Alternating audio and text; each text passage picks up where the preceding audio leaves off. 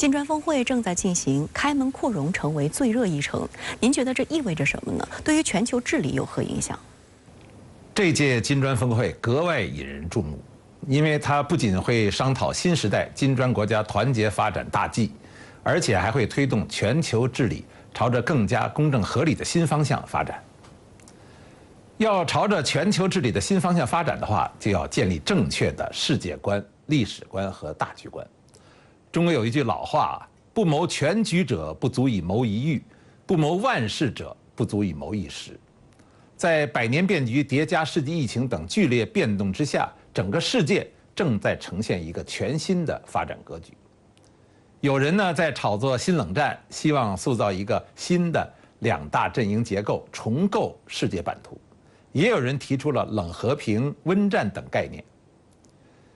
其实呢，我认为今天世界的新格局啊，似乎还是当年三个世界的一个升级版。首先，美俄依然是第一世界，因为这是两个最大的军事大国与核大国。虽然综合实力已经今非昔比，但依然最具有进攻及焦虑的性格，依然衰而不弱，依然是新的战争风险策源地。而欧洲、日本等发达国家依然是第二世界，依然是集自主性与摇摆性于一身，时常偏于依靠美国霸权，但又同床异梦，都与发展中国家过往甚密，但又难改当年列强的故基旧习，比过去更加摇摆不定。新第三世界是以中国等金砖国家为代表的发展中国家和新兴经济体，这是一个发展最快、活力最强的世界最大板块。仅金砖5国领土就占世界的26.5%，人口占到了42%，经济总量已经占全球的1/4，贸易额占1/5，而且对世界经济增长的贡献率超过了50%。有人说呀，新第三世界似乎是大而不强，但它是世界发展的主要牵引机，是新的全球化的重要代表。综合实力的迅速增长，政治自主性的不断增强，开放合作包容发展的自觉性，构建公平合理新国际秩序的主导性等等，都越发引起全球关注，成为全球治理新方向的主要引领力量。所谓百年变局，最主要的标志就是这个以金砖国家为代表的新第三世界的快速成长和构建人类命运共同体的力量。最近有些西方媒体炒作金砖峰会可能走向去美元化或去美国化，有些国家也希望反制美国对发展中国家的打压。对此您如何看？确实有这种去美元化的声音啊，比如俄罗斯和巴西还提出了一些具体的建议。美元的这种过度特权和武器化，确实加剧了很多国家的不满情绪。我这里啊，姑且不论去美元化的具体条件以及它的利弊得失。我认为啊，金砖国家需要在整体上建立一种成熟的、有效的对美相处之道。一直以来，面对美国等发达国家的打压排挤，特别是最近美国利用政经及金融霸权，不断地构筑小院高墙，挤压金砖国家等发展中国家的发展空间和机会。作为金砖国家，我们应该采取2种对策。一种对策呢，就是以其人之道还治其人之身，这主要是指在重大的政治原则问题上，比如主权、领土完整的维护、核心利益的维护等等，我们要坚持原则，寸步不让。还有一种更主要的对策是反其道而行之。习近平主席多次明确指出，金砖合作要超越政治和军事结盟的老套路，建立结伴不结盟的新关系，超越以意识形态划线的老思维，走出相互尊重、共同进步的新思路、新道路，超越你输我赢、赢者通吃的老观念，实践互惠互利、合作共赢的新理念。这是中国在金砖合作实践中要坚持提倡的基本方针。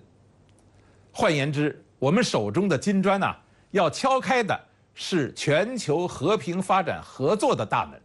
我们要用金砖精神和实践来反制美国要搞的新冷战、小院高墙、脱钩断链等等。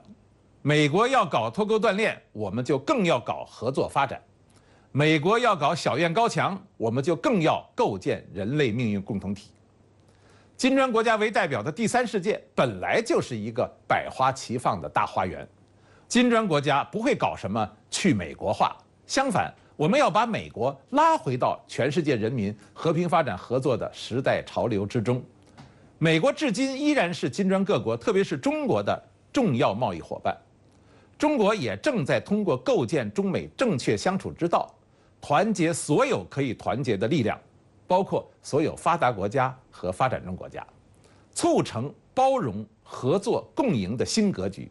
以此为构建人类命运共同体、真正实践金砖精神做出努力。正在南非行政首都比勒陀利亚访问的国家主席习近平，22号上午在南非总统府出席拉马福萨总统举行的欢迎仪式。两国元首举行双边会谈，共同会见记者，发表共同声明，并见证了多项合作文件的签署。当天下午，习近平还向约翰内斯堡金砖国家工商论坛闭幕式发表题为“深化团结合作，应对风险挑战，共建更加美好的世界”的致辞，对希望加入金砖机制家庭的国家表示欢迎。8月的比勒陀利亚晴空万里，汇风合唱，总统府广场鲜花盛开，中南两国国旗迎风飘扬。在总统摩托车队护卫下，习近平乘车抵达总统府，拉马福萨在下车处热情迎接。两国元首登上检阅台，仪仗队行持枪礼，军乐队奏中南两国国歌，现场鸣放21响礼炮。习近平检阅南非仪仗队，两国元首同双方陪同人员一一握手。欢迎仪式后，两国元首举行会谈，就新时代中南关系发展以及共同关心的国际和地区问题深入交换意见，达成重要共识，一致同意携手推动中南全面战略伙伴关系不断迈上新台阶，携手构建高水平中南命运共同体。习近平指出，这是我第4次以中国国家主席身份访问南非。10年来，我亲历了中南关系的蓬勃发展。中南关系之所以好，中南友谊之所以深，关键在于两国两党在各自发展道路上休戚与共，结下了深厚友谊。习近平提出以下建议：第一，中南要做高度互信的战略伙伴；第二，中南要做共同进步的发展伙伴；第三，中南要做相知相亲的友好伙伴；第四，中南要做维护正义的全球伙伴。习近平强调，中国和非洲从来都是命运共同体。面对变乱交织的世界，中非双方比以往任何时候都更需要加强团结合作。拉马福萨表示，很荣幸接待习近平主席第4次对南非进行国事访问。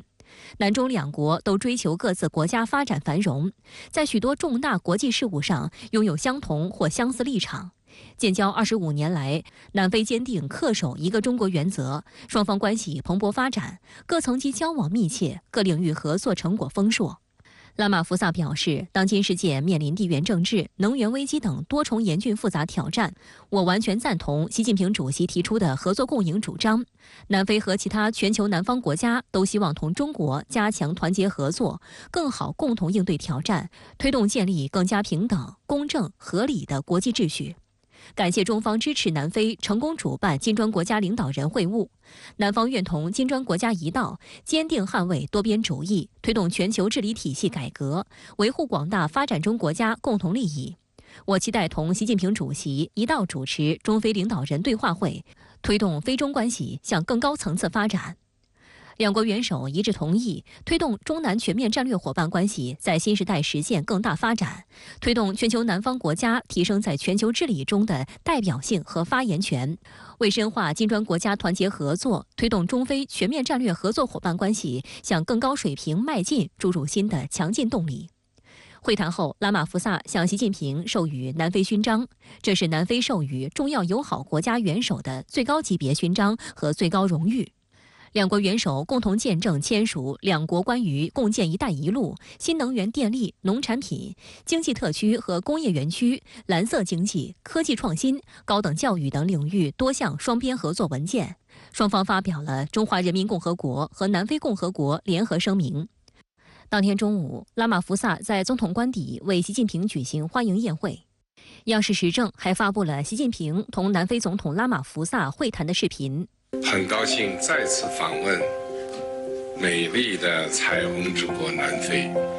这是我第4次以中国国家主席身份访问南非。时隔5年，再次到访贵国，感到格外亲切。China has been a valued friend and a development partner of South Africa, and as South Africa, we look forward to another 25 years of friendship between our two countries. 国家主席习近平在比勒陀利亚总统府同南非总统拉马福萨会谈后，还共同会见记者。当地时间8月22号下午，国家主席习近平向约翰内斯堡金砖国家工商论坛闭幕式发表题为“深化团结合作，应对风险挑战，共建更加美好的世界”的致辞。习近平指出，当今世界是一荣俱荣、一损俱损的命运共同体。新兴市场国家和发展中国家经历千辛万苦，获得了民族独立，所做的一切就是要让人民过上幸福生活。每个国家都有发展的权利，各国人民都有追求幸福生活的自由。习近平强调，以金砖国家为代表的新兴市场国家和发展中国家群体性崛起，正在从根本上改变世界版图。我们将不断深化金砖战略伙伴关系，拓展金砖加模式，积极推进扩员进程。20多个国家正在叩响金砖的大门，中方真诚欢迎大家加入金砖合作机制。习近平强调，作为发展中国家、全球南方的一员，中国始终同其他发展中国家同呼吸、共命运，坚定维护发展中国家共同利益，推动增加新兴市场国家和发展中国家在全球事务中的代表性和发言权。中国没有称王称霸的基因，没有大国博弈的冲动，坚定站在历史正确一边，坚定奉行大道之行，天下为公。随着中国14亿多人口整体迈进现代化，中国必将对世界经济做出更大贡献，为各国工商界提供更大空间。扩员问题是本次金砖峰会的热点之一。此前，南非透露有20多个国家希望加入金砖机制。And therefore, I think we're expecting them to come welcomed and given a phased-out approach and given clear method that they are going to use that they agree upon as members of BRICS, and then admit members gradually. It won't be a big bang approach. 国际舆论普遍认为，越来越多的国家想要加入金砖国家，就是因为他们看到金砖机制最能汇聚全球南方国家的声音。And this cooperation, of course, opens a new window for countries not only to address issues which, for instance, are addressed under G7 or under G20, but giving voice to the global south. 欧洲现代外交网站指出，金砖国家始终捍卫非洲的权利和利益，并与其他新兴经济体一道公开表示支持加强他们在全球治理体系中的作用和影响力。美国外交政策杂志网站在报道中援引美国智库昆西治国方略研究所全球南方项目主任萨朗西多尔的话说，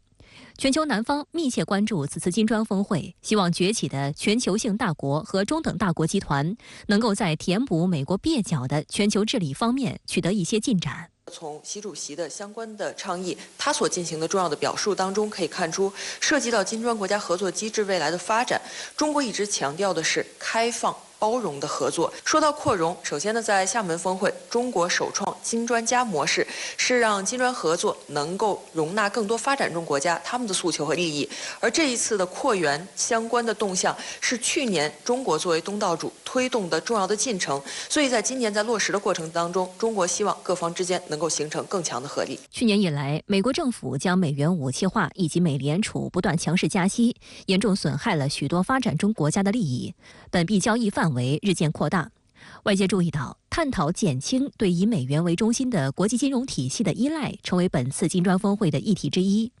有观察指出，2014年金砖机制下就成立了新开发银行，运行9年来积累了不少金融合作的经验。有分析认为，金砖国家可通过金融信息系统建立联系，其交易规模可与西方控制的 SWIFT 系统并驾齐驱。据俄罗斯媒体报道，22号晚，俄总统普京在金砖国家工商论坛闭幕式发表视频讲话中表示，金砖国家经济关系中客观存在且不可逆转的去美元化进程正在加速，金砖国家进出口业务的美元份额正在减少。普京还透露，峰会期间，金砖国家领导人将就增加本币结算规模等相关议题进行详细讨论。金砖国家新开发银行将发挥重要作用。普京还表示，2024年金砖国家领导人会晤计划于2024年10月在喀山举行。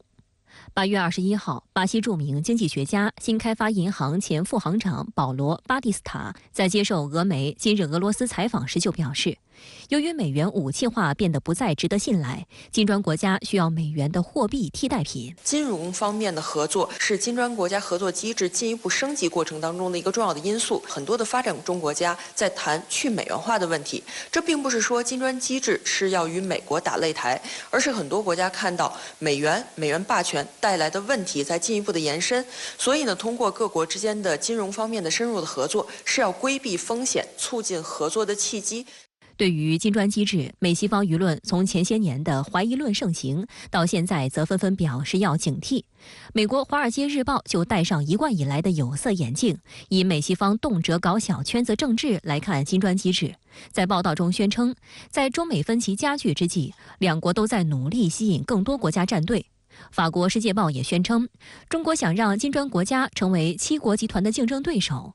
对于美西方舆论的这种论调，苏晓辉对深圳卫视表示，习近平主席在致辞中明确表示，各国人民期盼的不是新冷战，不是小圈子，而是一个持久和平、普遍安全的世界。美国式的零和博弈思维、大国竞争逻辑、选边站队做派不得人心。对于很多国家来说，美国在强迫他们选边站队，所以呢，对于金砖国家合作机制的发展，包括这次峰会非常重要的议程扩员的进程，那么美国采取了一种敌视、抵制，甚至要搅局的这种态度，而这一系列的做法必然会使世界变得更加的分裂，对于未来世界的发展来说，会产生更多的负面的影响。英国外相克莱弗利有可能在月底访华，那他是来稳定中英关系的吗？英国外相访华，今年初呢就放过风，说7月份就可能成行，但是种种原因呢，他还是未能如愿，包括现在也没有定下具体的日期，可见呢，中英双方还有一些具体的问题没谈好。如果他到访，将成为5年来访华的首位内阁大臣。英国外相呢，在英国政府中一般是排名第3，权力仅次于首相和财相。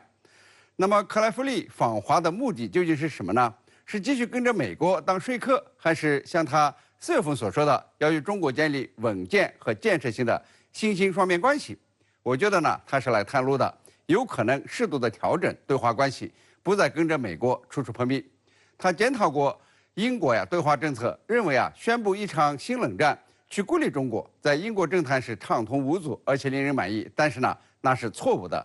那样做将会对英国利益的背叛，也是对现在世界的蓄意曲解。同中国维持合作与经济联系才是英国可取的。我们再回顾一下中英关系交恶的历程。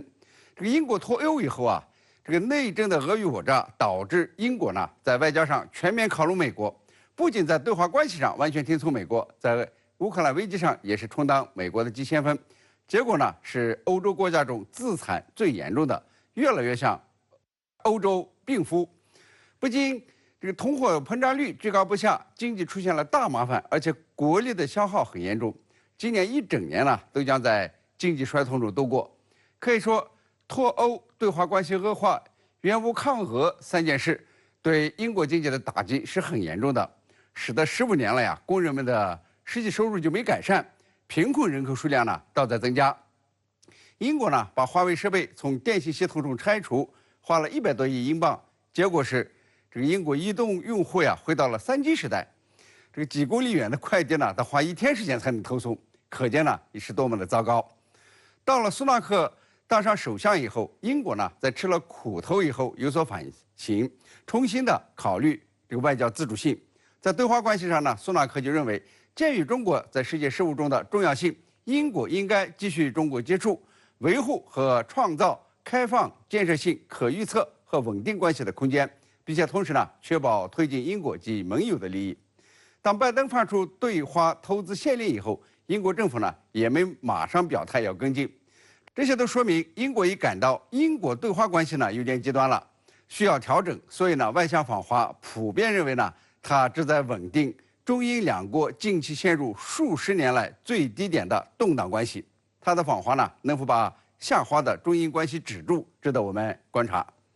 那您认为他访华是来谈经济合作，还是要说人权呢？英国在香港问题上是一直搞事的，那他们会就此有所改变吗？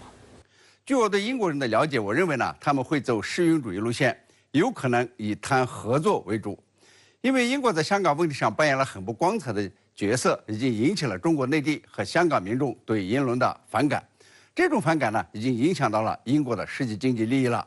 我举几个例子，大家就清楚搞砸中英关系将给英国带来什么。英国呢是中国留学生最喜欢去的国家之一，但是对华关系不好，就导致赴英留学的人数下降。今年呢，到英国留学的人数下降了17.5%，中国留学生占英国国际学生的1/4，有的大学呢将近是占1半。可以说，英国大学主要靠中国留学生的学费养活的，没了中国留学生，一些大学和研究所呢就办不下去了。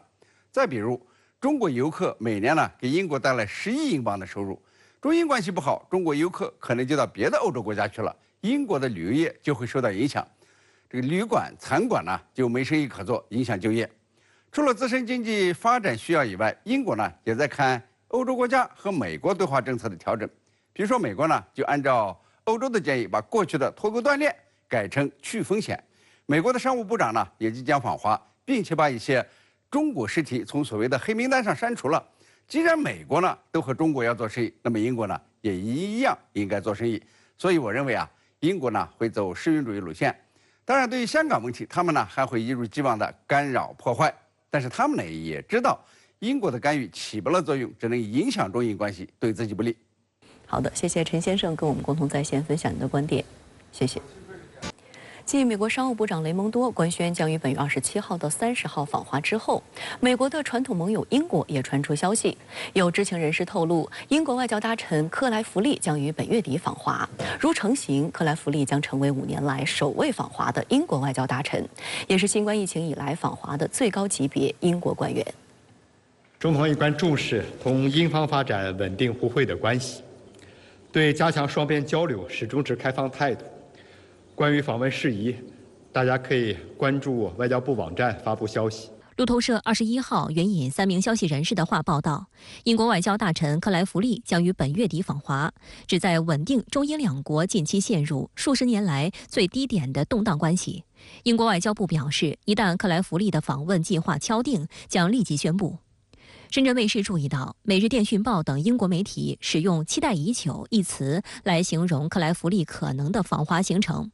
并指出，如果此访成行，克莱弗利不仅是5年来首位访华的英国外交大臣，也将成为新冠疫情以来访问北京的最高级别英国官员。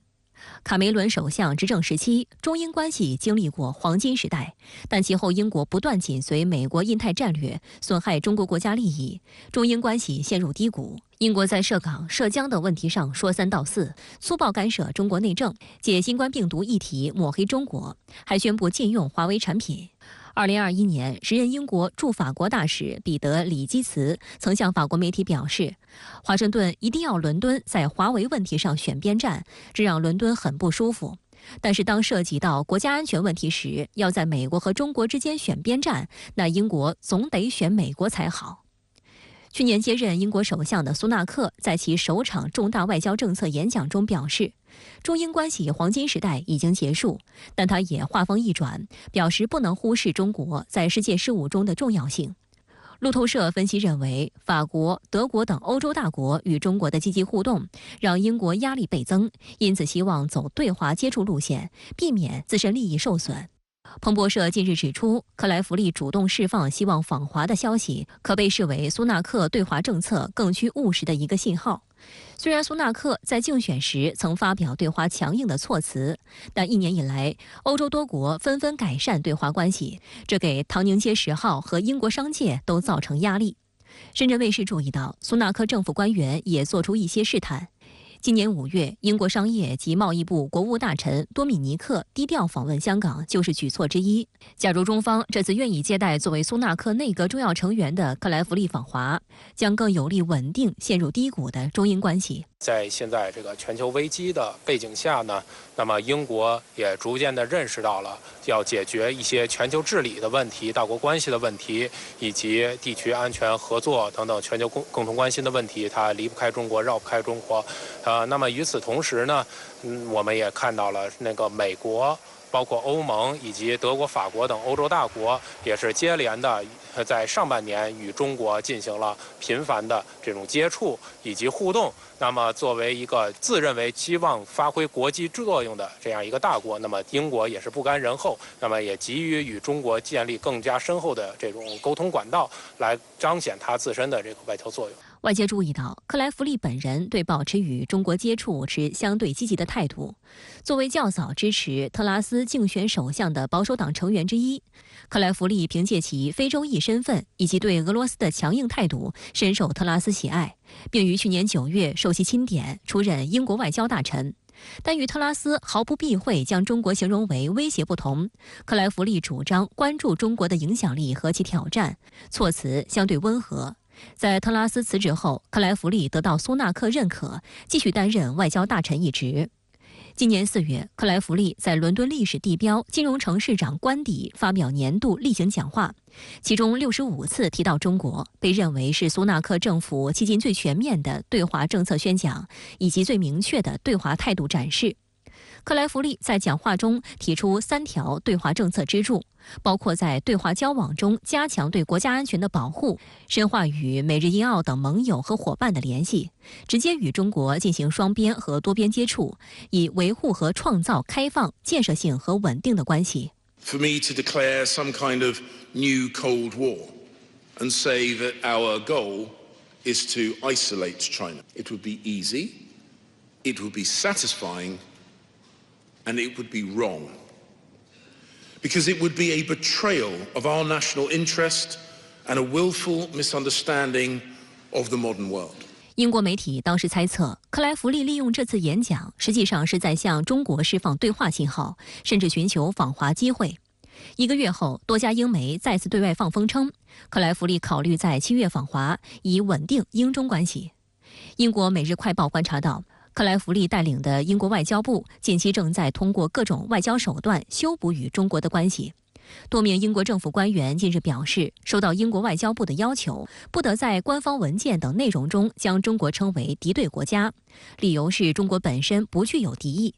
此外，包括2021年的外交和国防政策综合审查等在内的官方出版物也已停止在文中使用这一措辞，并对原文件内容作出修改，将敌对国家更改为敌对行为者，敌对国家活动则替换为国家威胁一词。实际上呢，这种改编的这种策略反映到了英国一种既希望要调整这个对华关系，又要保持它所谓的这种竞争，以及这个彰显它价值观外交的这样一个意愿，并不能改变中英关系的一个实质，也并不能给中英关系带来什么积极的作用。舆论普遍认为，尽管苏纳克政府在对华态度上与此前的约翰逊、特拉斯2届政府相比出现些许回调迹象，但在具体的对华政策上并没有太大变化。观察指出，苏纳克政府的对华关系主要受制于2大因素。国内方面，保守党日益强硬的对华态度令苏纳克的对华接触计划举步维艰。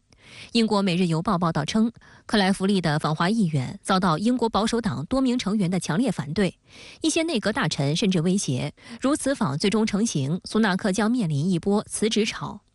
另一方面，英国脱欧后国际影响力下降，迫切需要与美国这个最重要盟友保持密切联系，以巩固自身地位。美国则顺势将英国绑上战车，影响中英关系的健康发展。需要指出的是，中英经济结构互补，经贸合作潜力巨大，在数字经济、经贸金融、绿色能源等领域合作前景广阔。尤其是在脱欧和疫情影响下，英国企业向欧盟出口商品时面临诸多贸易壁垒，对华贸易逐渐成为英国经济增长的重要动力。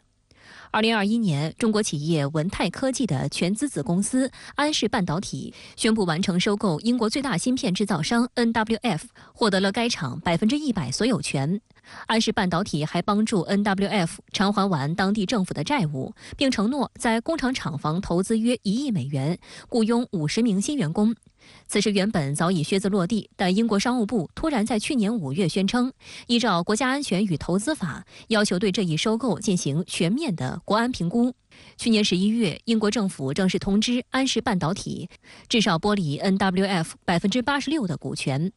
美国《华尔街日报》近日援引知情人士的话称，英国政府时隔1年对这项板上钉钉的收购进行干涉，是因为美国横插一脚。有美国驻英大使馆外交官告诉英国官员，如果 NWF 回到英国手中，可以帮助英国成为电动汽车关键芯片的生产中心。虽然说美国也在加强对华的接触，但是它的对华的这个大战略要求这个盟友去配合它进行一种围堵遏制，形成一个政治阵营。那么英国实际上也是它这个阵营中很看重的这样的一部分。事实上，从2019年以来，那么英国政府的这个对华政策，在许多重要问题上也是受到了美方很大的这种压力。那么未来我们可以看到，这种压力不一定会变小，甚至有可能更大。那么也会掣肘到了英国政府那么调整对华关系、促进中英关系回暖的这样的一个因素。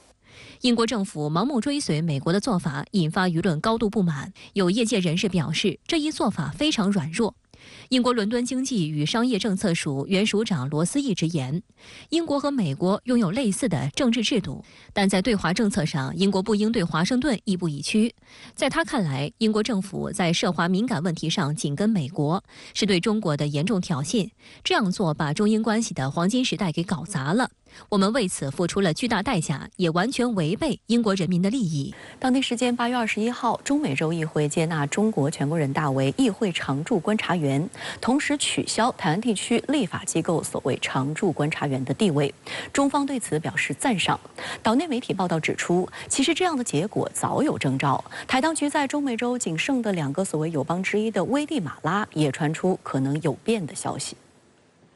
中美洲议会通过官方社交媒体账号宣布，当地时间8月21号，中美洲议会在尼加拉瓜首都马纳瓜召开全体会议，表决通过关于取消台湾地区立法机构所谓常驻观察员地位，接纳中国全国人大成为议会常驻观察员的2项决议。相关议案由尼加拉瓜方面提出。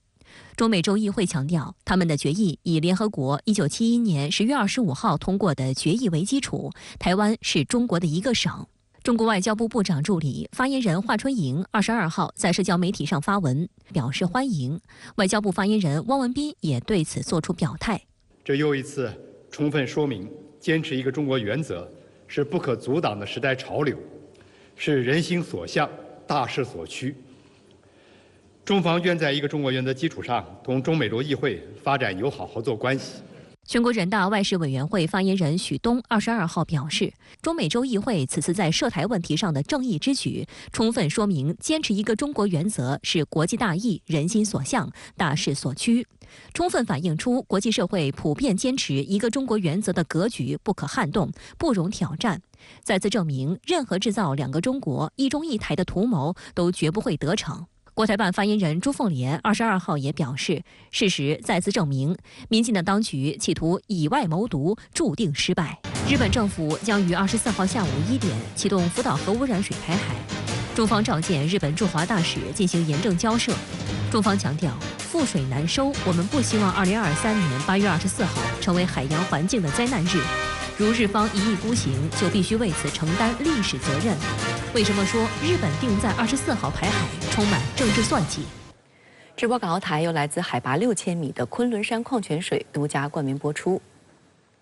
日本政府计划最快北京时间24号中午12时开始，把福岛第一核电站的核污染水排放入太平洋。中国外交部负责人召见日本驻华大使进行严正交涉，如果日方一意孤行，就必须为此承担历史责任。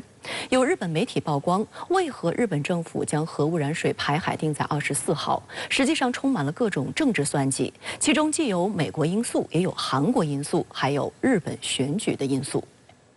外交部网站发布消息证实，8月22号，外交部副部长孙卫东召见日本驻华大使垂秀夫，就日本政府宣布将于8月24号启动福岛核污染水排海提出严正交涉。孙卫东指出，日本政府无视国际社会强烈质疑和反对，执意宣布即将启动福岛核污染水排海，中方表示严重关切，强烈反对。孙卫东强调，福岛核事故是迄今全球发生的最严重核事故之一，造成大量放射性物质泄漏，对海洋环境、食品安全和人类健康产生深远影响。海洋是全人类赖以生存的蓝色家园，不容日方随意倾倒核污染水。中方强烈敦促日方撤销错误决定，停止强推核污染水排海计划，以真诚态度同周边邻国善意沟通，以负责任方式加以处置，避免对全球海洋环境造成不可预测的破坏和危害。如日方一意孤行，中国政府将采取必要措施，坚定维护海洋环境、食品安全和公众健康。在23号的外交部例行记者会上，发言人汪文斌再次就此作出表态：覆水难收，我们不希望2023年8月24日成为海洋环境的灾难日。如果日方一意孤行，就必须为此承担历史责任。针对有外媒混淆核污染水与核电站日常生产产生的废水两个不同概念，汪文斌再次澄清，核污染水与核废水不是一码事。日本福岛核污染水是经过核电站融化堆芯的水，这种污染水同正常的核电站废水的排放完全不是一码事，两者的性质不同，来源不同，处理难度不同。日方有意把这两者混为一谈，恰恰表明了日方在这个问题上不科学，有意蒙蔽国际社会。中方等利益攸关方也多次指出，如果核污染水是安全的，就没有必要排海；如果不安全，就更不应该排海。日方宣称，排海的核污染水将稀释至日本安全标准的1/40以下。外界质疑，如果按照日方的诡辩逻辑，今后的污染物是不是都可以稀释后一排了之？那么人类花大力气发展环保科技做什么？日本经济新闻23号发表题为《福岛核处理水排海为何定在8月24》的揭秘文章。文章披露，实际上日方2年前就将福岛核污染水的排海时间锁定在8月下旬，此后日本政府的内政和外交议程都是在照此走过场而已。文章分析，在外交方面，日本政府获得了2项关键支持，其一是今年7月国际原子能机构的报告为日本政府排海背书，其二是韩国政府尹锡悦表态称信任报告。此外，9月福岛县沿海将解禁拖网捕捞，当地希望避开这一时间。秋季以后牵涉到地方选举，在此时排海将影响选举结果。在考虑到岸田判断在8月18号美日韩首脑会谈结束之前也不能排放，于是敲定了8月24号排海，并从美国一回来就立即敲定排海日期。日本经济新闻指出，实际上今年4月时，负责运营福岛第一核电站的东京电力公司曾将核污染水的满贯预测时间推迟1年至2024年2月到6月左右，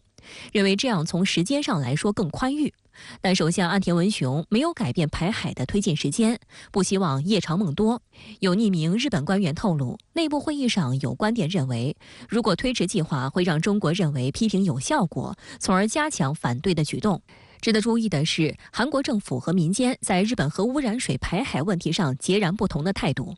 韩民族日报23号报道称，上周美日韩首脑会谈一结束，日本政府就速战速决地推进了核污染水排海工作。在此过程中，尹锡悦总统以及韩国政府站在日本政府一边，扮演着不负责任的旁观者的角色。今年7月，韩国总统室使用总统室预算制作了内容为即使福岛排放核污染水，对韩国也没有危险的宣传视频。可见尹锡悦政府一直以来都在间接支持日本排放核污染水。该报指出，日本排放核污染水是对历史的犯罪，韩国政府却为其开路。在韩国政府给日本排海开绿灯的同时，韩国全国各地的环境团体、公民团体连日来群起发声反对，一致要求日方停止威胁生命的行为。韩国正义党23号上午在日本驻韩大使馆前举行记者会，谴责日本核污排海。最大的在野党共同民主党也于当晚在国会主楼前举行烛光集会，抗议日本核污排海。此外，印尼、菲律宾等东盟国家内部近日也先后爆发了大规模抗议活动。据菲律宾商报23号报道，渔民组织菲律宾全国渔民力量对日本宣布将福岛第一核电站的含放射性元素的核污染水排入太平洋表示严重关切。该渔民组织表示，目前正在与日本和中国台湾地区的环保组织协调，同时举行抗议活动，以阻止废水排放。中国香港和澳门地区22号宣布，24号起将禁止进口日本东京、福岛等10个都县的水产品。23號，香港特區政府相關部門代表舉行聯合記者會，公布相關工作細節。聽日開始呢，我哋會係每一日都會公布相關嘅檢測項目嗰個情況係點樣嘅。食安中心就會睇日本進口嘅水產，漁護署呢亦都會睇返呢喺香港本地嘅水產。咁加埋天文台亦都會就住海水會做一啲嘅輻射監測。香港最大政團民建聯23號到日本駐港領事館請願，促請岸田政府懸崖勒馬，取消排放計劃，以免對全球海洋和自然生態造成不可逆轉的破壞。民建聯立法會議員葛珮帆對福島核污染水排海計劃表示強烈反對。他促請日方應以其他更安全有效的方式處置核污水，接受嚴格國際監測，並停止強推排放核污水計劃。